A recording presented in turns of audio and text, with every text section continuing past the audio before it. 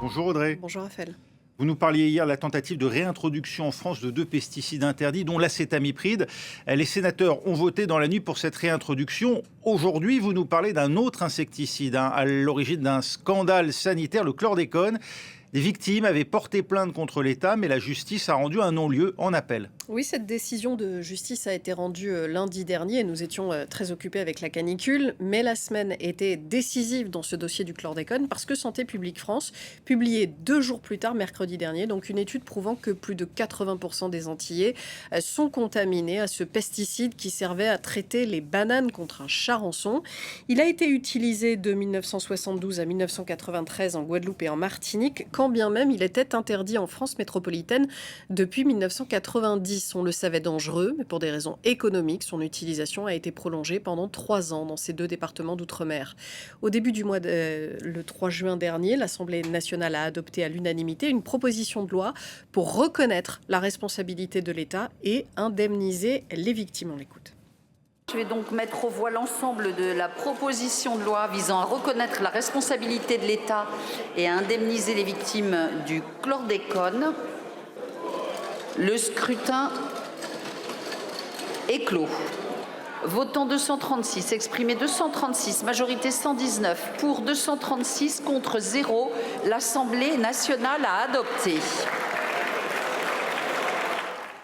Donc, unanimité pour reconnaître la responsabilité de l'État. Le gouvernement français a maintenant 1 an pour remettre au Parlement un rapport sur les modalités d'indemnisation des victimes. Et vous avez vu qu'elles sont nombreuses à pouvoir y prétendre. Et le souci, c'est que comme le chlordécone a une vie très longue dans les sols, 600 ans, des Antillais continuent d'être contaminés pendant que l'on se parle. La Haute Autorité de Santé a d'ailleurs émis, elle aussi, la semaine dernière, des recommandations sur le chlordécone pour que le dépistage de ce pesticide dans le sang soit généralisé pour les populations à risque, c'est-à-dire à peu près tout le monde aux Antilles. Et regardez ce qu'écrit cette institution sur les risques du chlordécone. Chez l'enfant, cette exposition au chlordécone est associée à des effets sur le développement cognitif, moteur et visuel, la croissance ainsi que sur certaines fonctions hormonales. Chez la femme enceinte, elle peut entraîner des effets sur le déroulement de la grossesse, augmentation du délai pour concevoir un enfant ou risque de prématurité. Et chez l'homme, elle est associée à une augmentation du risque de cancer de la prostate. Ça, c'est sur le site de la Haute Autorité de Santé. Mais alors, si les députés reconnaissent la responsabilité de l'État dans la pollution, pourquoi la justice prononce-t-elle un non-lieu, Audrey ? Eh bien, pour des raisons de prescription, les premières plaintes contre l'État ont été déposées en 2006. L'information judiciaire a été ouverte à Paris en 2008, soit 15 ans après la fin officielle de l'utilisation du chlordécone aux Antilles. Les avocats des parties civiles, Rachid Madid et Olivier Tabonne, ont fait savoir qu'ils allaient se pourvoir en cassation. Ils vont tenter de prouver que la prescription ne peut courir tant que l'empoisonnement se poursuit. Et vous avez vu que s'ils arrivent à faire reconnaître ce fait devant la justice, ils ont plusieurs centaines d'années devant eux. Et puis, ce n'est pas parce que la molécule a été interdite en 1993 qu'elle a cessé d'être utilisée dans les bananeraies. Juste avant son interdiction, des commandes ont été passées par des producteurs de bananes pour avoir un stock pendant des années après cette interdiction. J'ai joint tout à l'heure Maître Olivier Tabonne qui m'expliquait ces débats sur le délai de prescription, question qui sera donc centrale devant la Cour de cassation.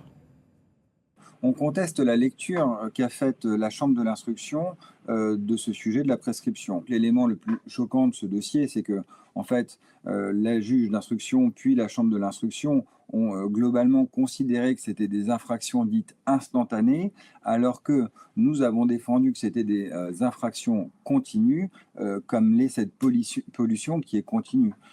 Donc oui, il y a un vrai débat juridique, des vraies problématiques juridiques qui seront soumises à l'avis de la Cour de cassation. La dangerosité du chlordécone avait été pointée du doigt par l'Organisation mondiale de la santé dès 1979, une alerte qui a donc été ignorée pendant plus de 10 ans.